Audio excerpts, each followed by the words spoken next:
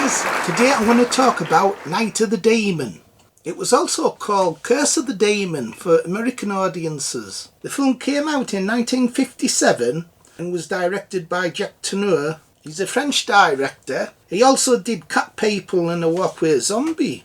The screenplay was by Charles Bennett and Hal A. Chester. It stars Dana Andrews as John Holden, Peggy Cummins as Joanna Harrington, and Niall MacGinnis as Julian Karswell. And there's two versions. The film runs 95 minutes but was cut down to 83 because the producer wanted to speed it up. He thought it was a bit slow and boring because he felt there was something missing. He also interfered with the director, his vision for the film, because he wanted to have a monster in. He got the special effects to do this monster and it looks really poor. I think it spoils the film. You say the monster at the beginning and the end and it looks bloody rubbish.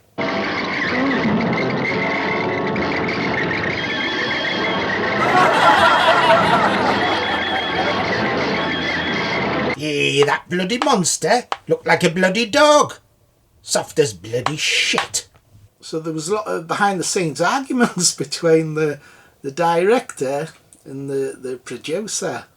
Ah, Mr. Chester, what can I do for you? Me and the boys, we just watched your movie and we ain't happy. What did you think? We ain't happy with it. Something's kinda missing. We want something different. Why is that? You want more onions in? Fuck the onions, we need a monster. Give me a big, furry King Kong. Fuck you and your monster. Oh, by the way, Frenchie, we're going to cut it by 12 minutes. Speed the bugger up, you know. Fuck you, you fucking American.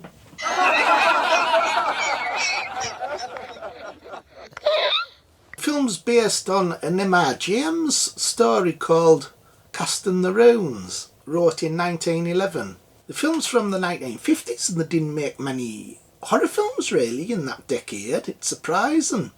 Apart from the back end of the 50s when Hammer started, there's very little. So this is one of the better horror films of that period.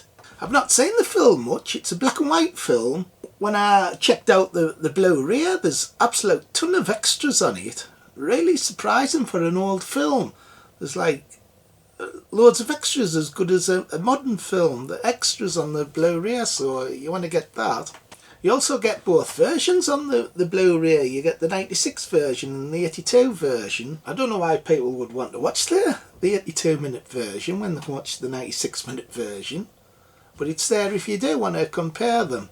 The thing is, I agree with the director. He should have not have had the monster at Peggy. It would have been so more frightening if it wasn't seen. Because I'm the opinion of what you don't see is more scarier. So like films like The Haunting.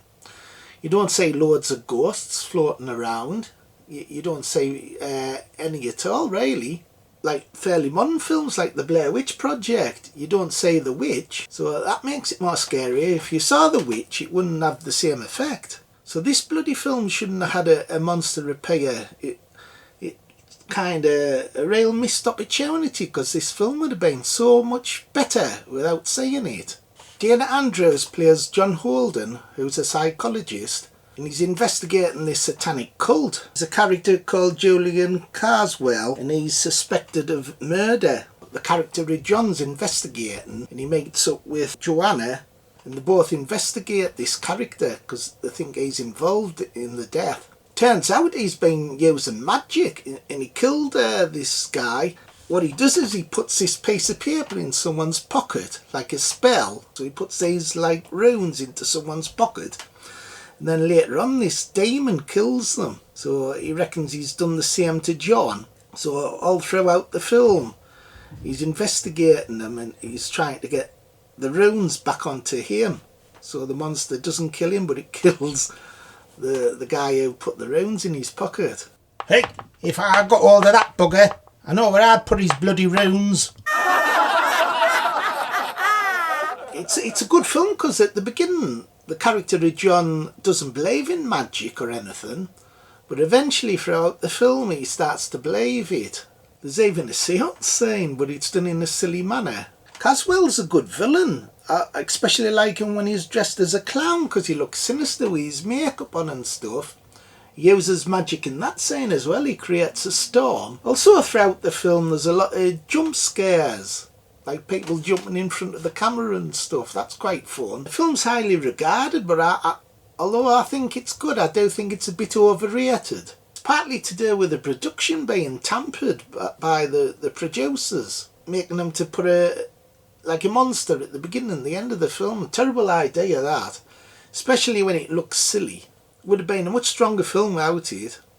There's a lot of good tension right towards the end of the film when it gets near to 10 o'clock. That's when the monster's going to reappear. And they're on this train.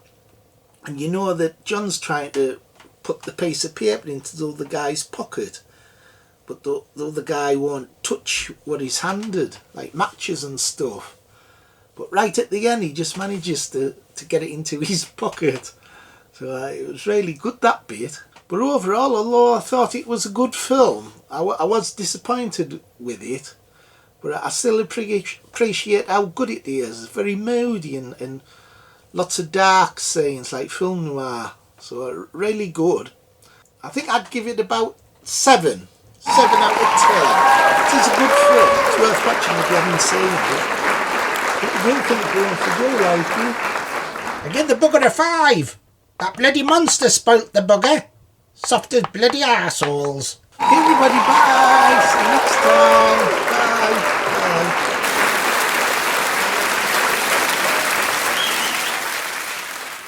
Maybe it's better not to know.